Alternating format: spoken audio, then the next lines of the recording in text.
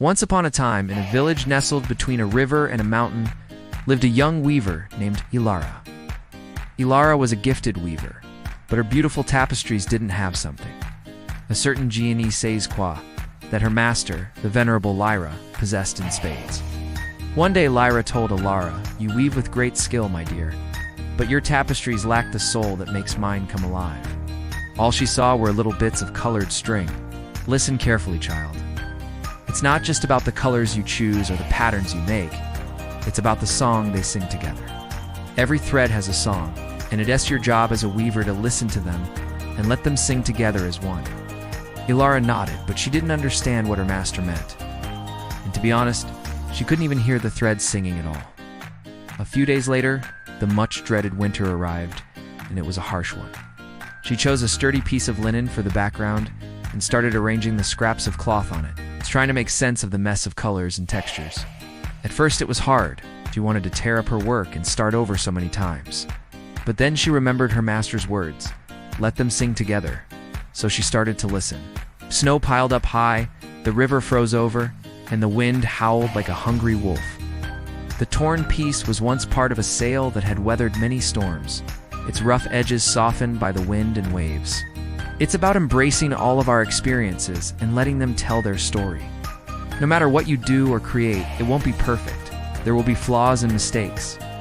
But if you embrace them and let them tell their stories, they will become the very thing that makes it beautiful. It's about finding the song in the midst of all the chaos and letting it guide our hands as we create.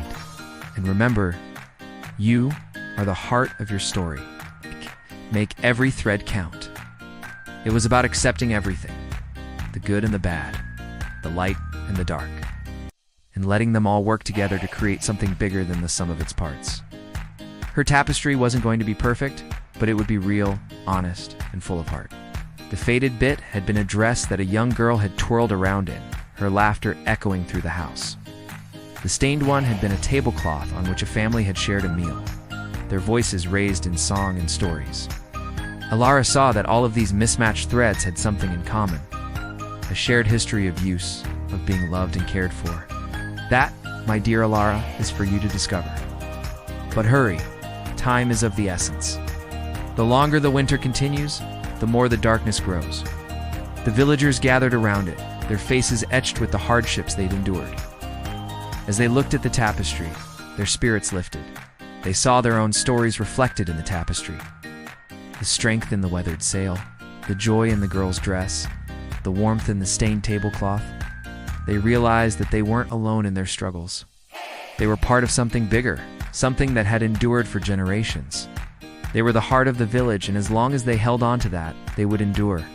People struggled to find food, and the usually lively chatter of the villagers slowly dimmed, replaced by the fear of what the future might bring.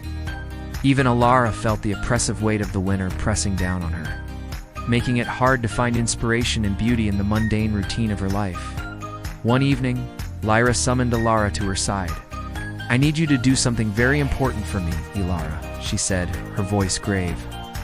"The winter has stolen the heart of our village. I want you to weave a tapestry to replace it, something that will remind us of the strength and warmth that lies within each of us."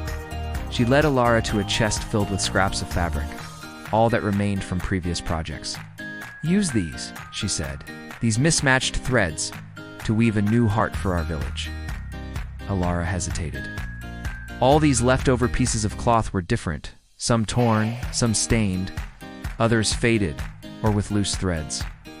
She looked at her master, confused. "But master, how can I make something beautiful out of these?" Lyra smiled knowingly, so Elara began to weave. She listened to the threads and discovered that each one had a story to tell. As she wove, Elara began to understand what her master meant. It wasn't about making everything perfect. When it was finished, Elara hung the tapestry in the village square, where everyone could see it. Lyra stood beside Elara, watching the villagers. When she turned to Elara, her eyes twinkling, she said, "Now do you understand?" Elara nodded, her heart full. "Yes, master.